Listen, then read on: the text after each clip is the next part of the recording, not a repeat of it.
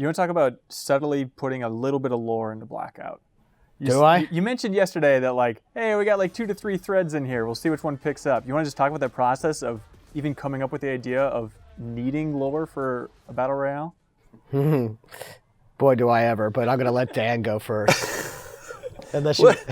Come on. All right. All right. No. Sorry. We have a history of at Treyarch that the Black Ops series that we've made, even going back to World at War and probably even the games before that, we want to build our narrative, and we tell stories different ways every time, and we find it kind of exciting to do the zombies thing where it's like we weren't really telling a story, we were kind of making this crazy game mode, and then we're throwing some Easter eggs in, and then people were picking up on those Easter eggs, and then we were playing with their conspiracy theories and making our own, and then the narrative eventually snowballs and kind of builds over the years out of that process. That was a really fun way to tell stories on zombies. So you want to do the same thing with Blackout? That's the roadmap? Well, I don't know if it's going to be the same. I mean, you can't really do the same thing twice, but it is, I think there's a spirit of that that's definitely here. I bet they don't pick up on any of the 3 that we think that they will, and I think we'll go somewhere else anyway. There's stuff below the surface. We don't want to put it in your face because it's focused more on the player and their experience and the stories that they're telling, so we don't want to be heavy-handed and shove the stories into their face.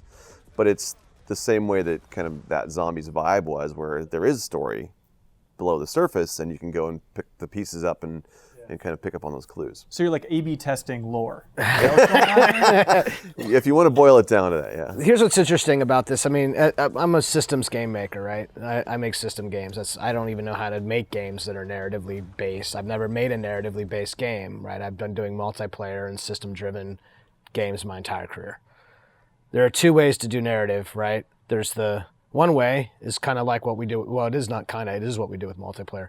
The characters that you see behind me, and we show on the covers and on the thing. These characters, they exist to serve the gameplay that they had, right? They didn't come about because we liked a particular look for a person or a name. We didn't then decide how he would fit in the game. We built the gameplay, and then we made the characters support that gameplay. That's one way. The other way is to make up a character and then make up a game around the character, right? So this is a systems game, so we do it more like the first way. So now that we have this gameplay, now that we have a collapsing circle and we have helicopters flying overhead, right? And we have some weird visions that appear when you're getting injured by this magical force field of circle. Right now, it's just fun to imagine in our lore, in our universe, the 10-year universe of Black Ops, what would that be, right? Why are we all flying over this map? Why are we all jumping out, right? It's fun to do that. And that work takes you different places that maybe you would not have gone if you had not tried to at least hypothetically explain why some of this might exist, right? And is it the zombies, right? It's always, is it the zombies? So I think for us, that's what people really, they dig on that, right? Is the whole thing, are you dreaming it? I don't know. If someone says the word simulator one more time, I'm going to go insane, right? It's not a simulator. Maybe we are. I don't know what we're doing, right? Like, this is the best part about this, is we all make up our reasons. And for me personally, right, I like to think of it as the day one of something.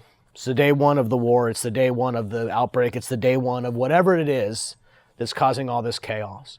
And then where do you go, 365 plus days from now? What does that environment look like? How is the world transforming? Is there, is there a war going on? What's happening? And then tell the narrative. And the fans will tell us where to go with that, I think. They'll generally point us in the direction they want us to go. And then we will go there with them. I mean, it's a mode for our fans. There's no question about that. How's that? Have said it better Nailed myself. it, man. Absolutely Do nailed I it. still have a job? It's for the fans. It is. I mean, it's exactly right. It's, you're building an experience for them because they do own it. I mean, the community is going to own this mode, very, very much so. And if we can bring multiplayer people who, they like the story of Seraph, but they like the Annihilator, right? And you bring some zombies folks who are now, there's characters and whatever. You take those 2 universes and you collide them together, and you get this collision of all the funness of all those things and all the expectations of both of them. I'm not sure how I signed ourselves up for the expectations of both our MP fans, which are high, and our Zombies fans, which are high, into one I place. just want everyone to play nice together. Just come together. Come on. Have fun.